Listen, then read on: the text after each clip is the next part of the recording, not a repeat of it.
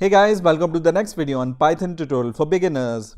In this video, we are going to learn how to use sets in Python. So first of all, what are sets? So a set is an unordered collection with no duplicate elements and no indexing. So let's see how we can use sets in Python. So you can declare a variable and then is equal to, and you define the elements in set in a curly bracket. So you can define multiple values here, for example 1, 2, 5, 4, 7, 9. But keep in mind that set cannot have duplicate values. So each value in set must be a unique value. So for example, what happens when we define a set with some duplicate values? So I'm going to just declare this set and press enter here, and this set is created.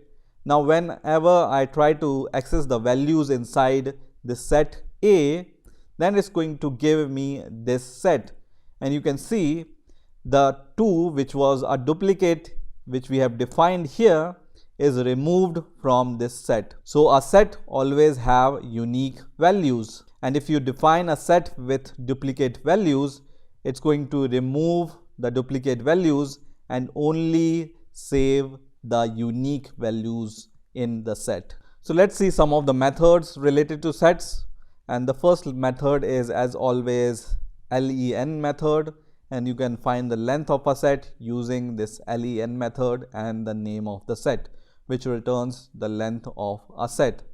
You can also use a add function, so a dot add, to add an element in a set. So I want to add 10, for example, into my set. I can use this and then press enter, and once again when I try to get the values inside this set A, you can see 10 is added to this set. But this 10 will only be added if it's already not there in the set. If it's already there in the set, nothing will happen. So let's try to add once again 10 to this set which already have a set, and once again you will see that nothing happens inside the set because 10 was already there.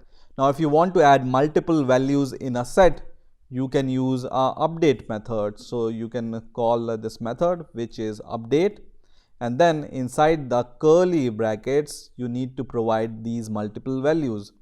So let's add some values into this set. So I'm going to add 15, 18, 17, let's say, and 14.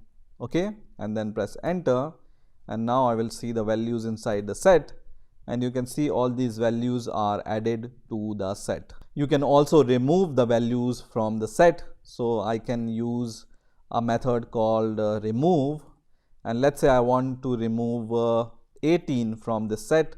I can just give the element and then press enter, and once again I will try to access the set, and you can see 18 is removed from this set. Now there is a method called discard also. So let's see how we can use this method. Discard works similar to remove method. So for example, I want to remove this 17 from my set. I can write 17 here and it works fine, right? So when I try to access the value of A, 17 is removed. So what is the difference between a discard method and a remove method? So a remove method, whenever you use a remove method and you try to remove an element which is not there in the set, for example, I will try to remove 100 which is not there in the set, it's going to throw an exception and it says key error 100. Now if you try to do the same thing using a discard method, so I'm going to use a dot discard here and try to discard 100 from the set which is not there in the set, it's not going to give me any error. And that's the difference between discard and remove. So remove throws an error when an element is not there, but discard doesn't throw any error. It's not going to do anything if the value is not there in the set. Now there is a pop method also you can use with sets. So I can use this pop method and then press enter, and what it's going to do is it's going to remove any random element from your set. So it's not necessary that it's going to remove the element from the left hand side or the right hand side. It will remove any random element from the set. Also, for example, I will declare a set of names, let's say,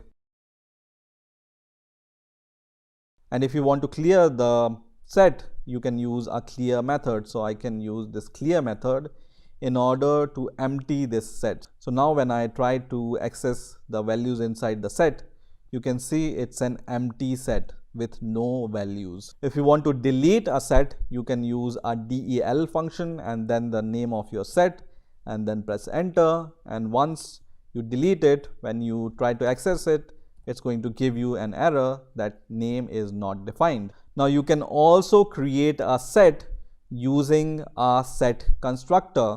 So instead of these curly brackets, you can write set, and in the double parenthesis, so you need to provide the double parenthesis here in order to create a set using the set constructor. So this is also going to create this set called name, and when I try to access the values inside the set name, you can see it has created this set of names. Also, you can convert a list into a set. So let me define a variable called z, and then I can use a set constructor, and inside these parentheses I can use these square brackets which we use generally with lists, and then you can define your list here and then press enter, and this list will be converted to a set, and you can see the result here.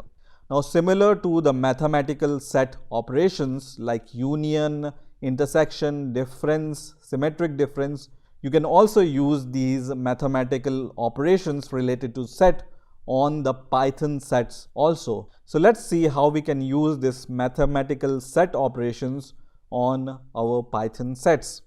So let me once again define a set. I have already one set which is A, which contains these values, for example, and I will define a set B with some other set of values. So I'm going to define a set with, for example, so that is the content of the set B. Okay, so now I have two sets, and on these two sets I want to perform some set operations which are also used in mathematics. So you can find out the union of two sets using an operator called OR. Okay, so when I write A and this pipe symbol which is called OR B, it's going to give me the union of these two sets. And what is the union? So union of two sets contain all the elements that are there in the set A or in the set B. So OR here is important, right? So I'm going to press enter, and you can see it's going to give me the union of A and B. That means this set contains all the elements that are there in set A or in set B. Also, I can use a method called union instead of this OR operator. So I can use a variable dot union. There is a method called union, and then you can write B here and then press enter, which is going to give you the same answer. Okay, so you can either use this union method or this OR operator. Now let's see how we can find out the intersection between two sets. So in order to find out the intersection, you use A and this operator AND, and then your next set, which is B here. So what is an intersection of two sets?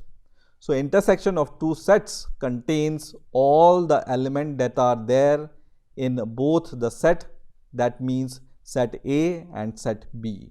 Okay, so when I press enter, you can see it gives me two elements inside the set, and these two elements are there both in the A set and the B set.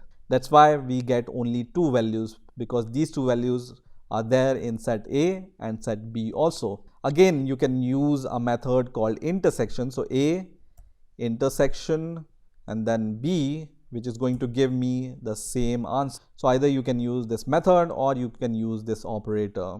Now let's find out the difference between two sets. So what is a difference between two sets?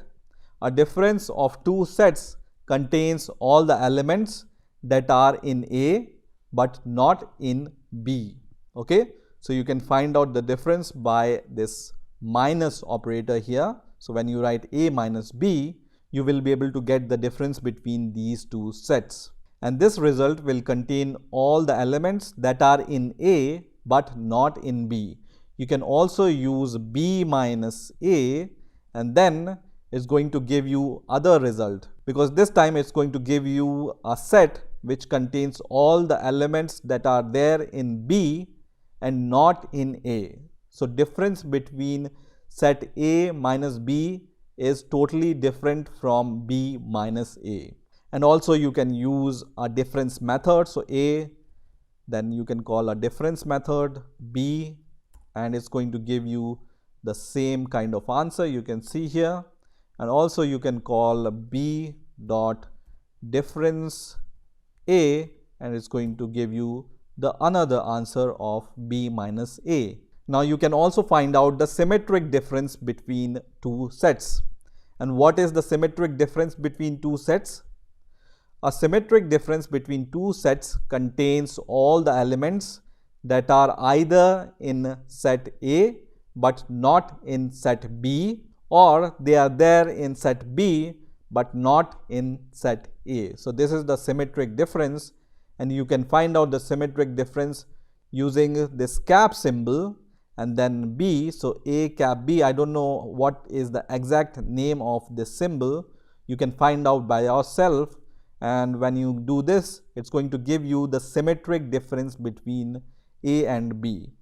And whenever you find out the symmetric difference, then when you do, for example, B, this cap symbol A, it's going to give you the same answer, because symmetric difference give you same answer. Whether you give A cap B or B cap A, the answer will be always same. Also you can use a method symmetric difference. So you can use this method called symmetric difference B, and it's going to give you the same kind of result. Now one last thing I want to show here is sets are not indexed or ordered. So whenever you want to find out, for example, A and the value at index 0, it's going to give you an error because there are no indexes in a set and they are not ordered by any index. So sets are unordered collection of values. Now if you want to find out what all other methods you can use with sets, you can create a set and then write the name of your set and then press dot here, and you will be able to see this is the list of all the methods which you can use with the sets. Also, if you want to list out all the methods which you can use with sets, you can use this inbuilt function dir, and then you can provide any set name here, which is your variable name, and then press enter, and once again it's going to print the list of all the method which you can use with the sets. So this is how you can use sets in Python. I hope you've enjoyed this video, and I will see you in the next video.